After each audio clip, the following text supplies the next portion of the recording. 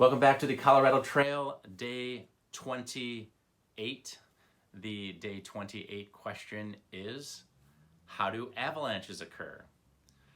Well, in order for an avalanche to occur, 4 things need to be in place. First of all, we need a lot of snow.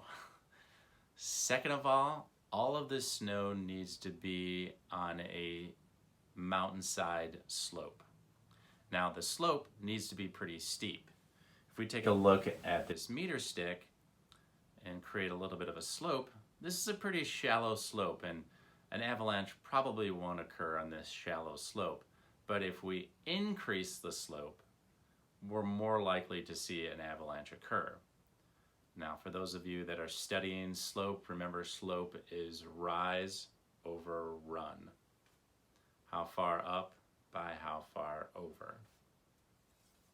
The third thing that we need is what is called a weak snow layer. If we take a look at this picture, the bottom layer or the foundational layer, that could just be a snow layer that is very heavy. In other words, it's wet, it sticks to itself, it sticks to the ground, and over time, maybe that freezes over. The next snow layer or the next snowstorm could bring a very light, dry snow, and it creates a kind of weak layer that is able to shift. The third snowstorm could bring another heavy, wet snow that it sits on top of this light, dry snow. The fourth thing that we need is a way to set all of this off. In other words, to trigger the avalanche. And that could happen in a variety of different ways. We could have an earthquake. The ground literally shaking could set off an avalanche. Something more external like the wind there could be a strong gust of wind that comes down and starts to move the top layer a little bit and causing an avalanche. There could be a loud sound like a boom, or maybe even a sound from humans. Remember that sound sets off a vibration. The next time you're in front of a speaker and you're close to the bass knob, turn the bass up. You'll feel the vibrations from the sound coming out of the speakers. Another thing that could set it off is the different temperatures at the different layers of snow. The snow towards the ground could be warmer, and the snow starts to evaporate, meaning all the snow above it is sitting on unstable ground, and it could set off an avalanche. So whether it's the ground shaking, or through wind, or through vibrations, or maybe just a temperature difference in the snow, all could set off an avalanche. Now, the pictures or the video from day 27 and what you'll see here in day 28, you get a sense of the power of these avalanches and the amount of force that they can put on other things like trees and knocking trees over. So you do not want to be at the bottom of an avalanche because you could be in a very dangerous position.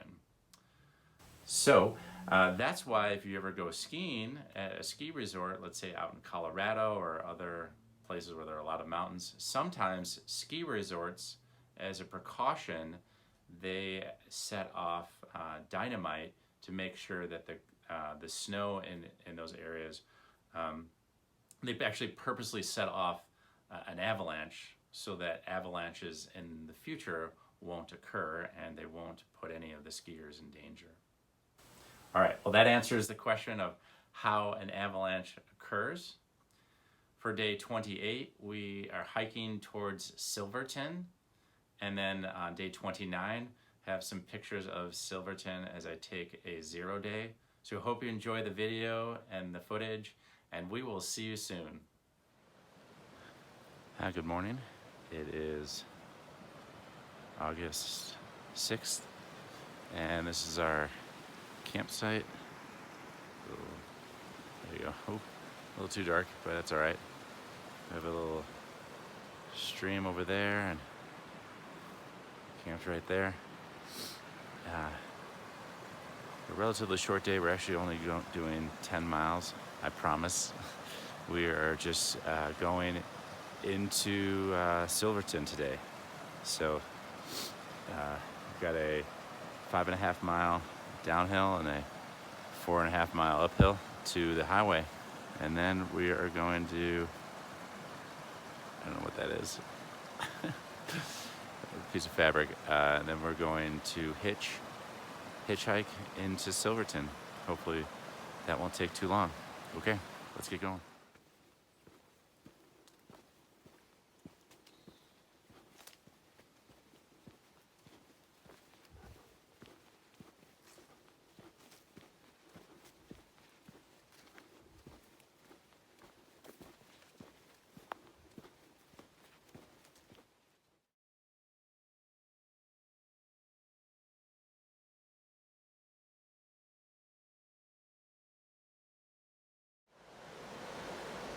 We're making our way through another Avalanche field, and just gotta I gotta put this away here in a second, but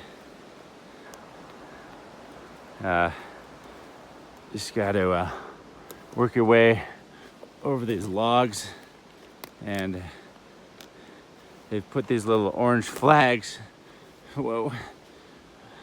flags down, so you can kind of follow some sort of path. But jungle gym, it's a log jungle gym over here, so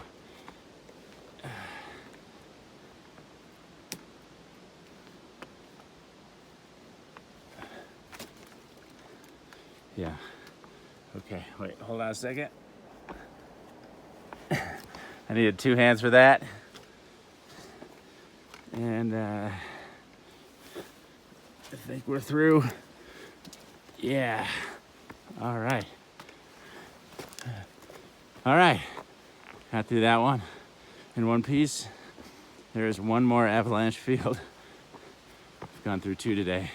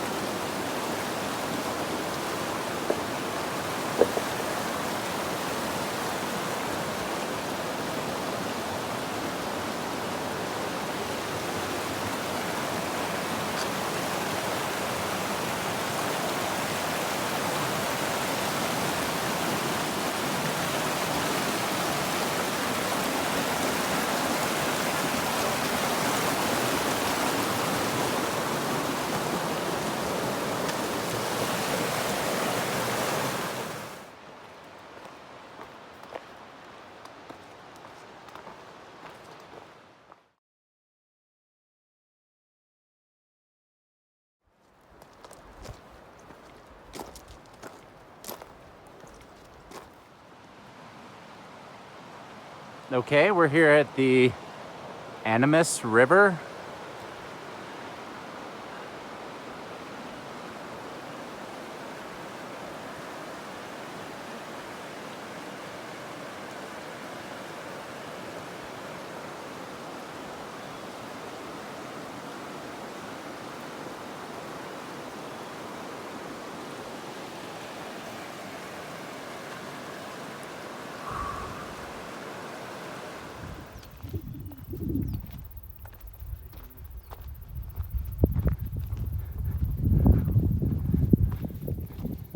Just did about a 2-mile climb, switch back straight up after that valley back there, and we got a little bit of a climb here up this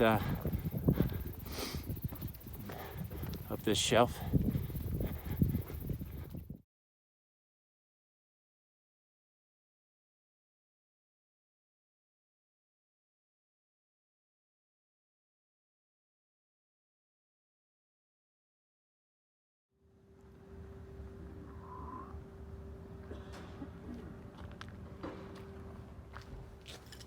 All right, good morning. It's August 7th, and I made it to Silverton.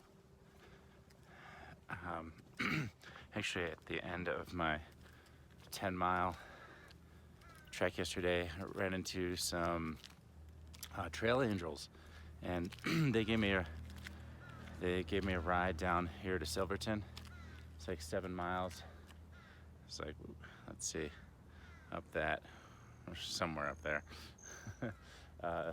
The highway passes, and so now we're here in Silverton. It's got a strong western feel to it. We're not on the main road. The main road is actually paved, but no, it's a cool little town. And so if you like the wild, wild west, you'd like Silverton. So we're gonna do a 0 day today.